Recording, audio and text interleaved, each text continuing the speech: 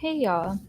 So today in this live stream, I'm going to share a little bit of what happened in my pet loss journey and the things that really worked to help me move through with as much grace as I could possibly muster up during a really difficult time in my life.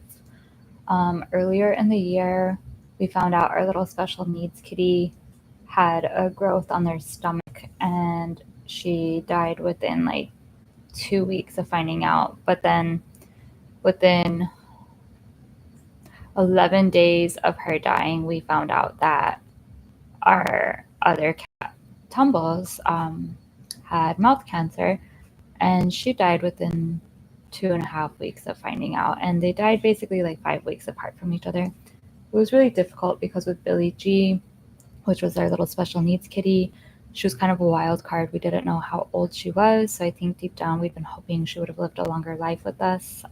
We had her for 3.5 years.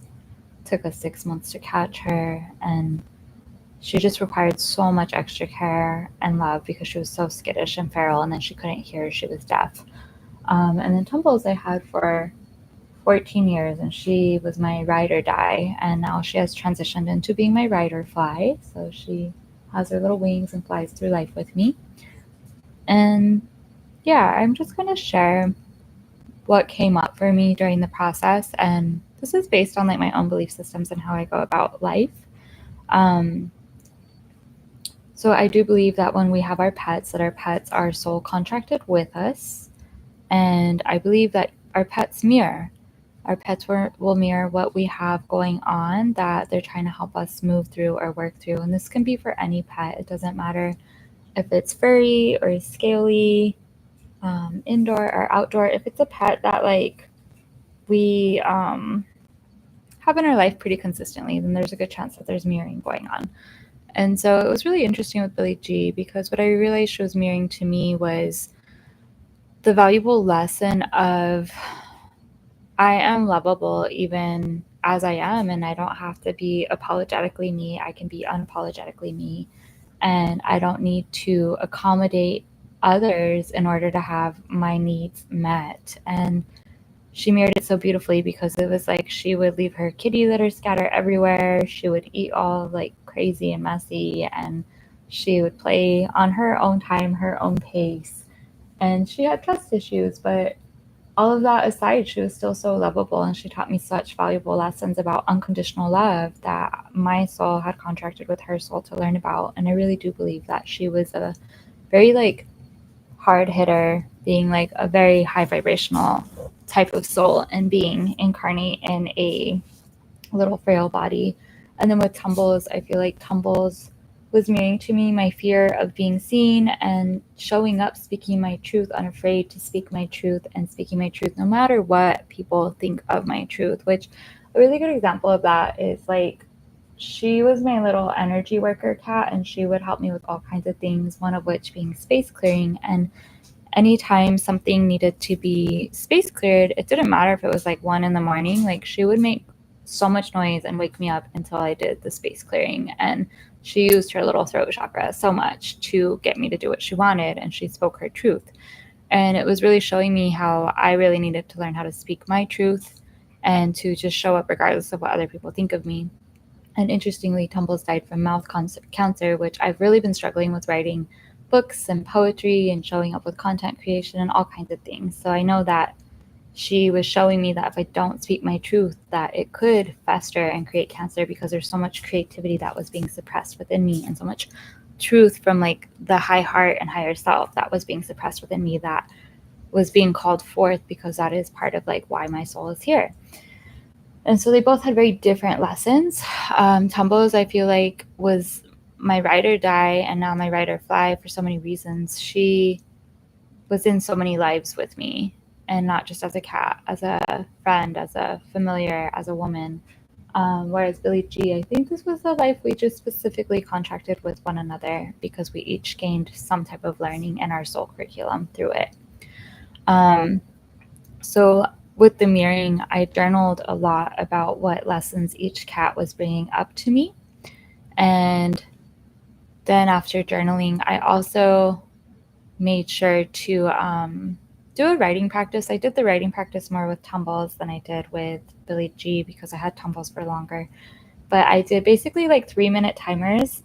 And on the first one, I wrote, Dear Tumbles, I am sorry for. Dear Tumble. And then the second one I did, Dear Tumbles, please forgive me for. And then the fourth one I did, Dear Tumbles, I love you. And it was a bunch of I love things.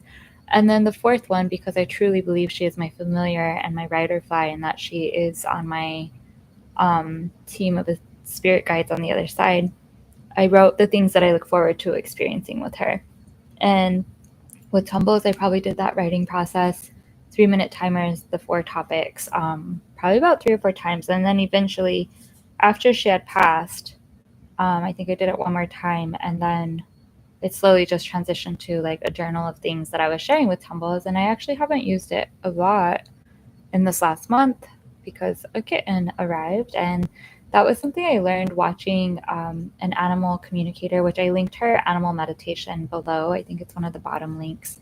Was that our animals, as they leave, they make way and align and bring in the next pet. And I definitely can vouch for that because the little kitten that we brought in about 2 months after Billie G and Tumbles died magically appeared in this thicket at work next to my favorite trees, which those of you that know me know I love the trees. And so it was really interesting when the kitten appeared because one of my Soul Tribe coworkers was like, hey girl, this cat looked me in the eyes and it said, go get Poppy. And I was like, no way. And then I looked and this little kitten is like the same coloring as Billie G. Meanwhile, like the same tabby markings as Tumbles. Like it's all 2 for 1 into 1 with our little kitten named Thicket.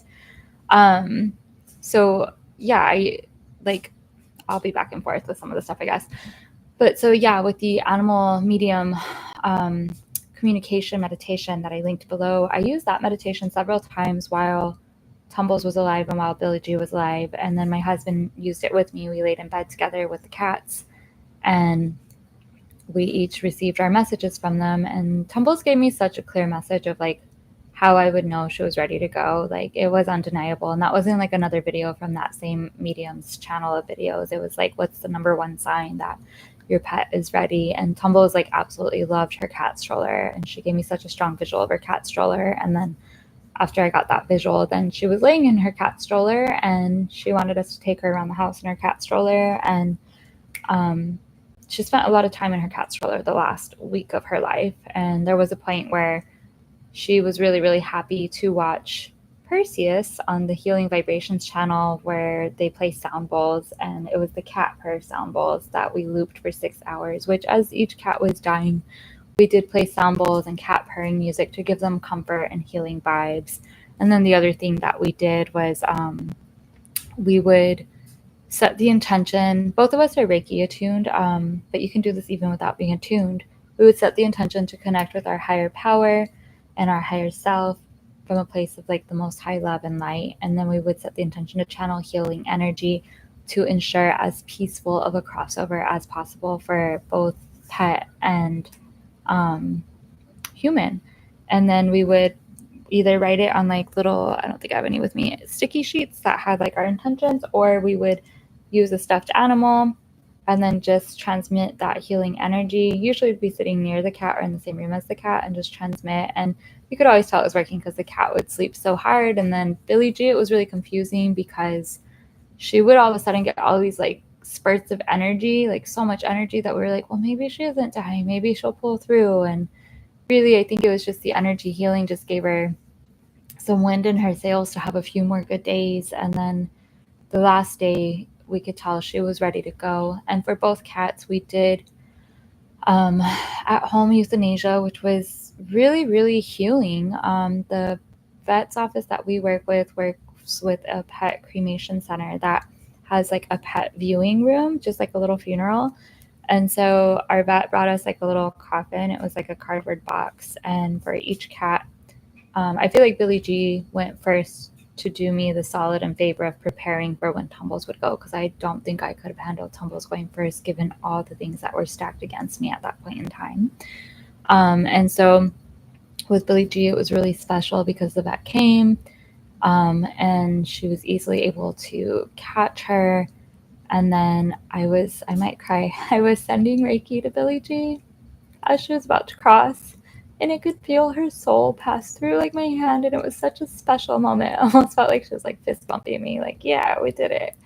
And it was so special. And then afterwards, like the vet left and we had our little box with us, and I was able to cuddle Billie G, which I never would have been able to do while she was alive. So that was really healing for like an inner child part of me who grew up with cats and had a hard time not being able to cuddle Billie G, yet loving her as fiercely as I did, right? So there was a lot of healing in that. And then there was a lot of healing in that we were able to write prayers on the box. We wrote drawings on the box. We wrote like letters on the box, and we just sent her off in a way that was true to us. We put like her favorite toys and cat treats and catnip and like herbs that would technically smudge and give her a safe journey crossing over.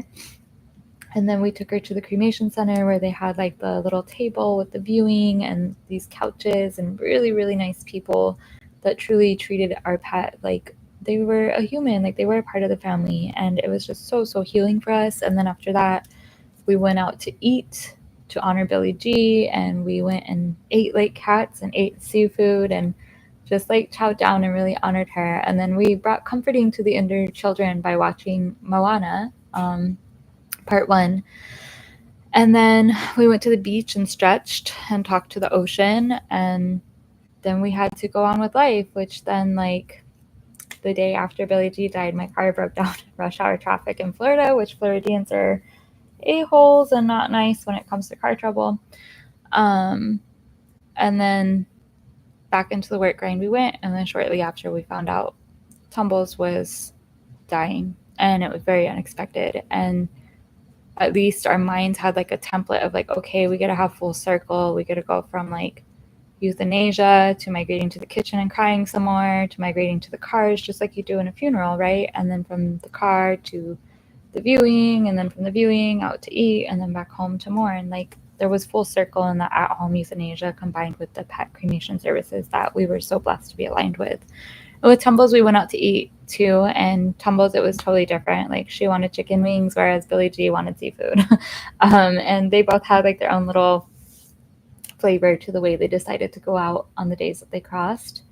I highly recommend buying stuff, especially if it's a pet you've had for a really long time and you have time to do it. Buying stuff to memorialize your pet, it's so healing. I bought a really pretty sun catcher of Tumbles that I put on a window by the cat tree. And then I bought a little canvas that I put by the altars for the angel altar. And I was already looking at those and organizing spaces in my mind, I think, to process that Tumbles physically wasn't going to be here much longer. But I had like these physical items that I could latch onto to process and mourn through. So Billie G, I didn't get memorial pieces till after. It was so like out of the blue, and I didn't really know what to expect. Whereas Tumbles, I just knew I really, really had to have my back in ways that nobody else was going to have, because nobody was going to know my grief like I did. So I did memorialize. And then I bought little like whisker holder containers for Tumbles because she was like my familiar. Billie G, we had her cross in my room because that was the room that she felt the most safe in. Whereas Tumbles, we had her cross in my energy healing room because that was the room that she loved to work in and be in and aid me in. And there was a lot to all of that. And then we also did a lot of spring cleaning, which I have spring cleaning demonstrations on the playlist. I think it's on the Pussy Church playlist. And then we swamped, which is a somatic dance practice. We swamped out anger. We swamped out grief. We moved into turn on. And we did this for like pet loss in general, and then for the specific pets, which also I want to say that with Billie G, I feel like since she was my first pet that I lost as a grown-up, that so much grief and pain surfaced within me from past pets from childhood. Like so much grief from childhood. Like I was thinking so much of my cat Burton and my dog Molly, of Dixie, of Cricket, like so much grief just from previous pets, which looking back, I'm like, that's true. Like I lost pets, and it was like, then like I maybe had a weekend to kind of piece it together, and then back to school I went. Like we're not really taught to honor pet loss as grown-ups or as children, you know? And so, yeah, Billie G was like the grief portal for all this past grief to move through me. But then I feel like that really made way to honor the soul contracts between Tumbles and I, to where I could be more present for the grief that passed through me in regards to Tumbles. And it was really special too, because with Tumbles and Billie G, I made a pet loss meditation. And in the pet loss meditation, it was really healing because Jazz, our last remaining little senior cat, was with me, and she was sound asleep. And she was like purring next to me, and I feel like she was incorporating her energy into the meditation. And then it was just a healing meditation that really helped my inner child just process so much from childhood around pet loss through grieving the loss of my grown-up pets, which sometimes I wonder if like the grief we have for our pets that recently crossed is not entirely for those pets, but the pets that came before, and it's like amplified because of the love we have for the grown-up pets that we have. Because I do feel like there's a difference between our childhood pets and our adult pets. So yeah, I utilized that meditation a lot. I also created an energy expansion session, which the meditation and the expansion session are both for free on my YouTube under my, I think it's Pet Loss playlist. Highly recommend utilizing them before your pet crosses if you're fortunate enough to have time to do so, as well as after, and then taking time to journal, and then doing that 3-minute writing exercise of I'm sorry for, please forgive me, I love, I look forward to, which with Tumbles, like I look forward to going into nature, playing sound bowls with you, knowing that you're in the wild with me. I look forward to feeling your presence in future energy sessions, which she has. She opens the door for my energy sessions to announce her arrival. And it made it easier for me to lay her to rest because she wasn't totally gone. I miss her physically so much, but it's also like my mind understood that her energy, her presence, her soul was still going to be with me. So doing that writing practice was really fundamental and helpful in that. And then also doing like yin yoga. Yin yoga is very powerful way for the body to move through emotions, just like swamping. Swamping metabolizes the emotions, as does yin. They're just different physical practices for the body to digest the experience of grief when it comes to pet loss. So doing yin yoga for the heart meridian, for the lungs, gallbladder, frustration. Like it's frustrating when pets go because we feel so at loss with like vet bills and trying to give it our all and not wanting to let go, and work sometimes can be stressful with that, like so much to move out of the body in relation to pet grief. And then just giving yourself permission to just go slow, which like we did a ton of Reiki on Tumbles and Billie G, which in essence it was so helpful because I feel like our higher teams, our guides, held space for us to hold space for our furries. And then in so doing, it created so much compassion for ourselves, which also, speaking of compassion, like we utilized flower essences like up the wazoo. Like we use them so much, which flower essences are such an underrated tool for energy healing. But I highly recommend them. They're fabulous for moving through really tough, old emotional blocks, as well as they're really helpful for holding you and carrying you through really difficult, traumatic life moments like losing your pet, especially with all the other things that could be going on in life at that time. So this one, I've also linked these in the video. This one is Compassionate Caregiver. This one just like reminded me to eat. This one helped me be so patient when my pet would wake me up at random times as I was already sleep deprived because my anxiety and grief was off the wall. It made me more patient with my partner, made him more patient. He would stay up all night with Tumbles, carrying her around so she could look in every nook and cranny while I would sleep because I worked really early and he worked nights. And it just made us more of team players. And I feel like it made it easier for us to respect and honor one another's grief in the different ways that it was showing up. Which I know everybody grieves differently. And if you're in partnership and losing pets, like that's definitely something that does come up. It's we do grieve differently. And then we want to like lash out at one another because it's our anger trying to protect the grief of what's going on. And this, I feel like just really helped. And then we also utilized this one. It's a spray, just like the other one, Grief Relief. It's also linked below. And we would spray this on the bedding of Jazz, our little senior kitty, and we would spray it on our hearts. We also sprayed this on our hearts. I always spray these on the hearts and in the mouth. And we would spray it on our hearts, and it just provided like the safety and the heart holding to get done the smallest of things, because when you're in grief sometimes it's so hard to get just one thing done, and so that really really helped hold our hearts. And then I feel like it really helped Jazz, because Jazz was really devastated about tumbles because they'd been companions for 14 years.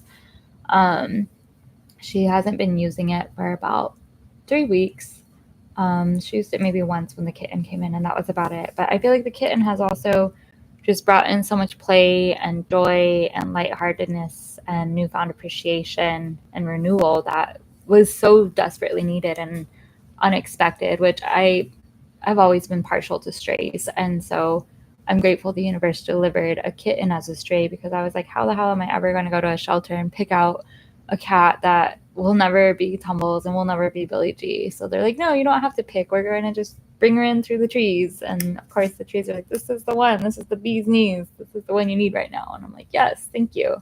So it's so cool to like honor the kitten for who she is, and still like joke around, be like, look at the inheritance you received from like your grandmother Tumbles and grandmother Billy G. Like you got all these cool cat toys and cat trees, and it's fun to kind of reframe things like that, like honoring the kitty ancestors or doggy ancestors or whichever ancestors. And then we also got Sacred Heart, which this one is for integrating heart strength and compassion in relationships. This was like super, super helpful in holding the heart, especially while at work, because it's like at work, you don't necessarily want to be at work as you're grieving. People don't get your grief. They don't always check in on you when you're grieving, especially when it's pets. And so this was really, really helpful. This was also really helpful for holding my heart as I went into journaling practices, which that was something cool that the cremation place did for us as well, was they provided like a little pet loss grief support journal. And then I found a really cool lengthy one that I printed for myself and my husband that was online, that basically gave prompts for each month of the first year of your pet's loss, which I thought was really neat. I thought I would use it a lot, but honestly, I haven't used it a lot, because I feel like the spring cleaning and the somatic processing and the essences have just moved so much that like I don't need that tool, but I know it's a tool that other people can use. I also posted in the resources a pet loss support group resource. It looks like it's virtual groups. I didn't utilize them. I thought I would, but I ended up not needing them. But I feel like maybe they're for someone on this channel. It looks like they're really affordable pet loss groups that meet like once a month. Some of them are really niche, like single like cat parents versus people that had pets in a relationship versus like dogs versus cats, different groups. It was cool to see that they had all these options, because it shows that whoever's supporting these groups, I think it's called Lap of Love or Laps of Love, they obviously have really thought about the nuances of grief that comes with pet loss. And then let's see. Oh, and then this one, it's Bleeding Heart Flower Essence. I utilized this one a lot. This was really nice to use in baths. You can put like 7 drops in the bath and then 3 drops under your tongue, and then it works on your aura as well as internally, and it just really helps hold your heart, accept your grief, not shame your grief, not suppress your grief. It gives you like full on permission to feel your feels. It's really empowering. And it really helps, like if you're having one of those days where like you think that like you just can't go on or like can't move because of grief, I feel like Bleeding Heart will give you like that good cry, and then you're able to move on with your day.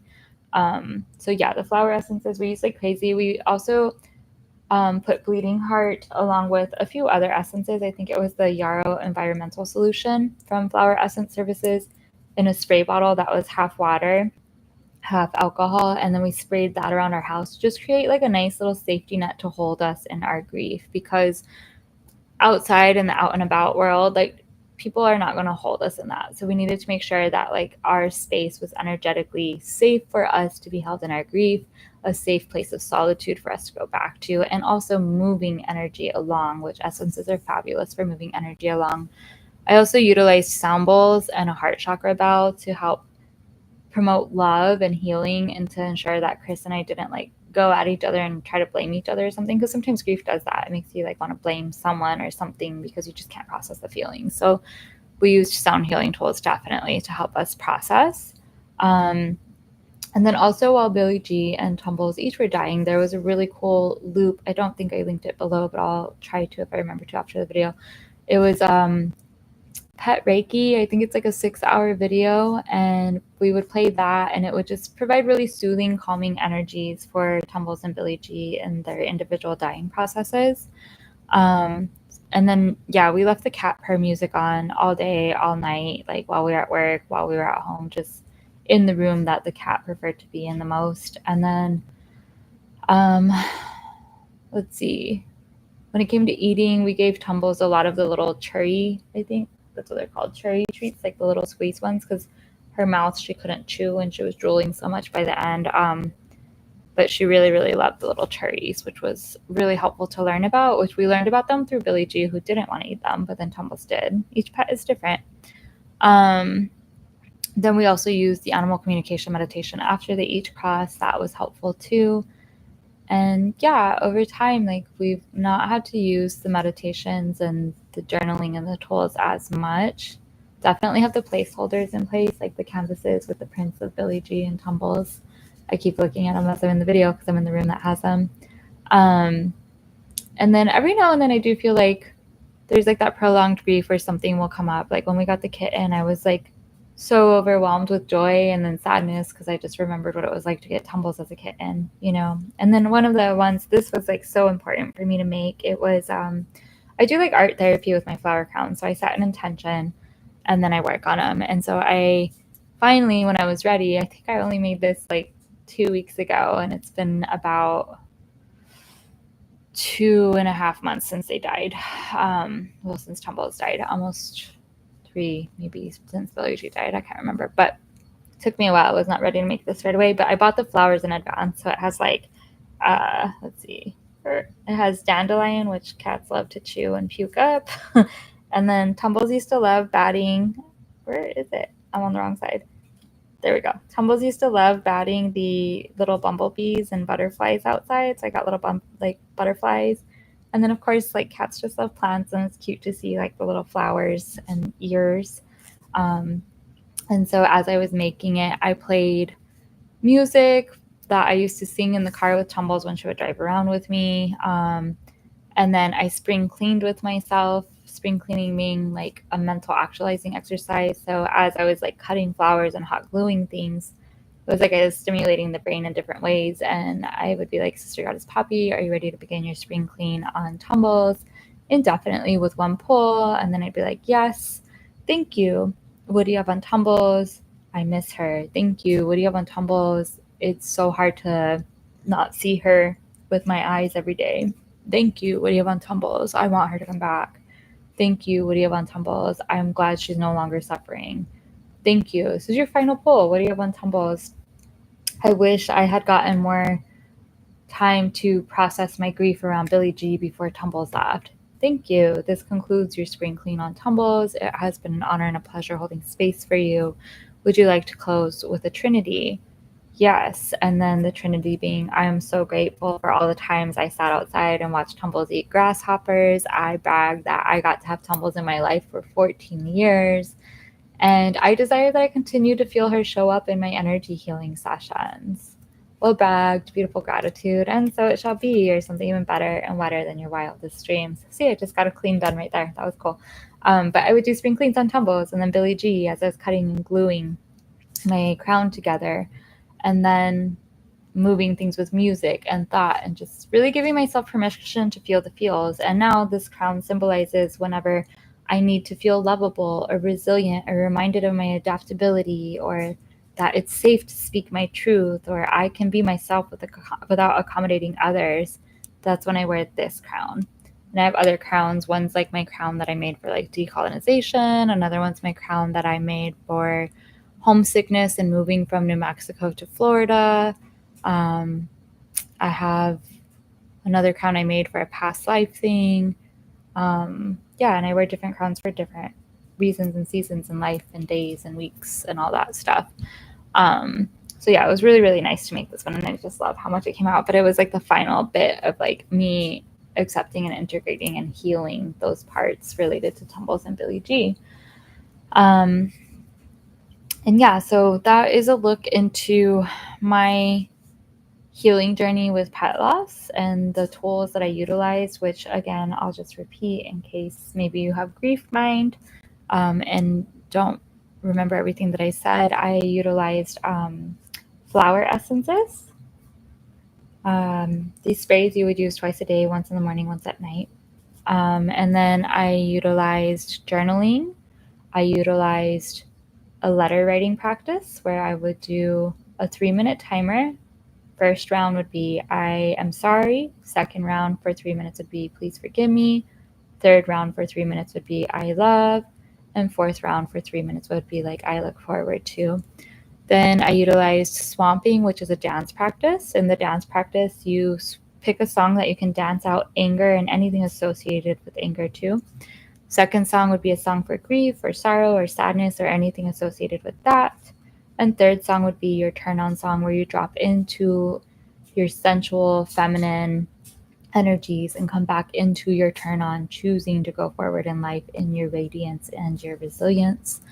And then that would close the swamp. Or you could do yin yoga, intentionally working with like the heart meridian or the lungs that have a lot to do with grief, or any meridian that catches your attention really. Maybe the small intestines. Intestines have a lot to do with decision making, which as pets are dying, like we do have to make a lot of decisions, right? And that would make space for us to digest some of the change that happens with them dying. And then on top of that, I also did the flower crown, which was kind of like art therapy. You might not want to do a flower crown, but maybe you could like paint or sketch your pet, or maybe you could write a short story about your pet and write it for your inner child, something creative, artistic to process. And then the pet loss meditation, which I have on my pet loss playlist, you're more than welcome to utilize. It helps bring balance and healing to the inner child and the chakras while bringing healing and presence to the now as you navigate grief as an adult. And then the pet loss expansion, which will help you go through the muck, the icky feelings, and retrieve lost parts. And as you retrieve those lost parts, then it's like you're able to get through it feeling more whole, even though you are grieving. And then I also played for Tumbles and Billy G. I made a pet energy hospice energy transmission, which I think is also on the pet loss playlist. And I would play that for mostly Billy G. I played that for her like 2 or 3 times a day on the days that I was unable to facilitate energy hospice care for her.